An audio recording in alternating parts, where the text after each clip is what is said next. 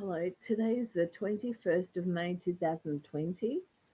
I have 8 months and 1 day in order to prove this lotto.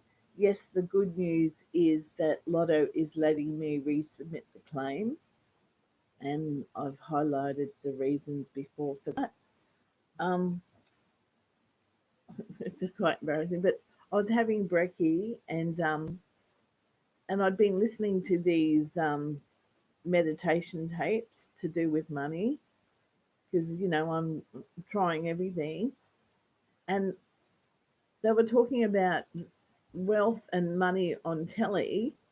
And at the time, in the at the same time, I dropped a baked bean onto this, which is part of my hoard from the garage when I'm going through, which my son would be so upset at. But um, and it on it it says $10,000 cash. That's where I dropped the money. I mean the baked bean. So is that telling me something, or it's just that it, the money's on my brain? And then I saw something very novel because this was from 2009, and it's a redirected mail to me and Misha Marvelous Rado. So and actually it expires on some a member of my family's birthday that had been molested. And I did write something down because there's meditations to get rid of you know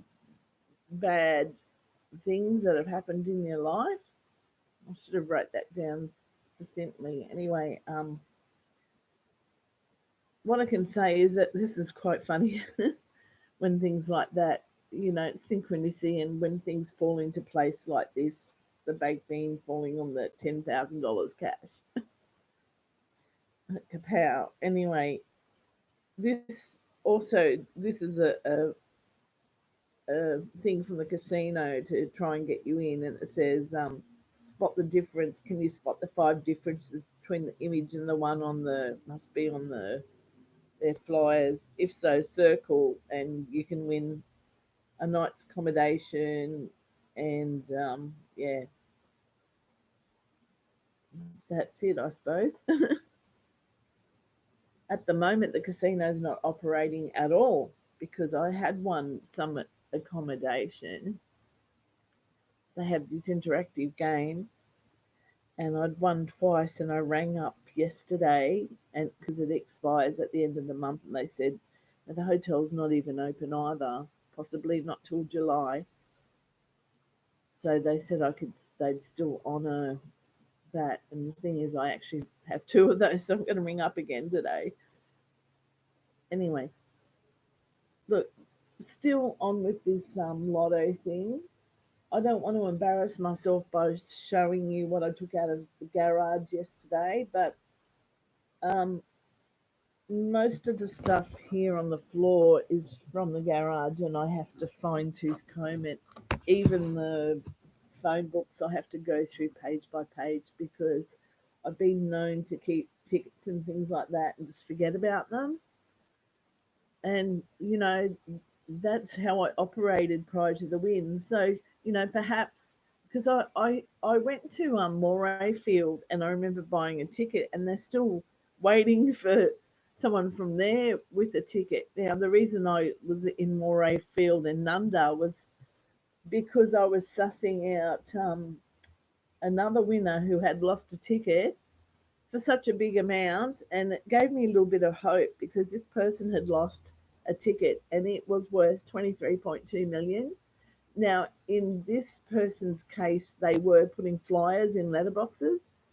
With my ticket, they just advertised that it's the largest unclaimed lotto in Queensland, or at the moment, but they haven't been very helpful in, even if I've given evidence, it hasn't been investigated as yet. So it's really good that they're letting me resubmit the claim because I can add the provenance of my witnesses and what I know about, lotto buying habits and times. And really, I feel like, although a lot of stuff is circumstantial. There is providence in credit card statements and they can be checked. I feel like I have, um, if it was to prove this win um, beyond a doubt, reasonable doubt, I'd have it. But it is up to Lotto because they don't have to pay it out. So we'll see how that goes. Anyway, I'm not going to stop trying till the time of which I can't try anymore have we got to. So we'll see. I mean, I wish people, perhaps through freedom of information, I can um, get the details of that transaction on the database if I'm not paid after the 7 years, or like the day after the 7 years. I mean, I'd love that. I really just want to prove that it was my win, and I know it was, and I know nobody else could have got this far because it's taken me this long to get this far and find out that um, you know, I was left in the dark as to was there surveillance. Now, one of the questions when you lose something and you've bought it unregistered is there surveillance in the store? And I was toyed around and toyed around by the shopping centre. Honestly, I could probably write, a short book on that. And even the person from the Justice Department that supposedly investigated, I kept asking the question, and this was my main question: is there any surveillance? And then I had an internal review: is there any surveillance? And I had an external review and an ombudsman. And then finally, I was written back that there is no surveillance. But why couldn't that have been answered in the beginning? I feel like that they didn't even go that far to check that.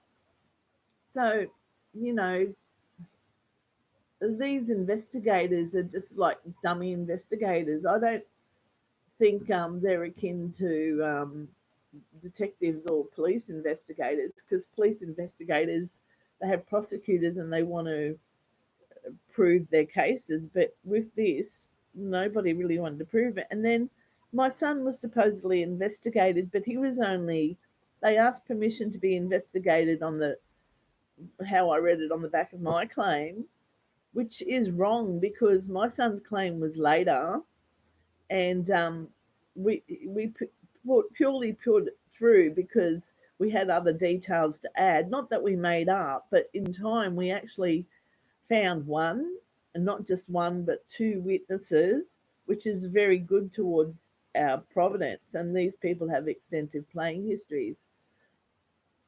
So for them not to investigate, and so many times, and it was written to them by my son, they were asked, have you, we have a witness, have you contacted the witness? And it took for my son to be here, and my son, still was suffering PTSD. So, I'd get him on the phone to talk to an investigator, and he'd hang up. And then the investigator have a little chat to him, but the question was never answered. And then finally, I rang back again, and I said to the investigator, was there any? Oh, actually, they didn't even answer at this point too. I said, what did they look into our witnesses? Now, what the investigator told us was they are not there to prove our win. They are just there to see whether Lotto did their job properly. Well, surprise to me. I thought they were investigating, they were further investigating more than Lotto had time for, that it was our win or not. So, like there's departments. I mean, this is the Department of Liquor and Gaming, but the Attorney General's department to do with Treasury. And, you'd think gaming is a fair thing, and that very department, they pull the wool over your eyes, and you're in hope, and you're thinking they're there to help you. They are not. Anyway, I'll leave that for now anyway. We'll see how the next lotto claim goes. Thanks. And it was Mum's 80th birthday yesterday.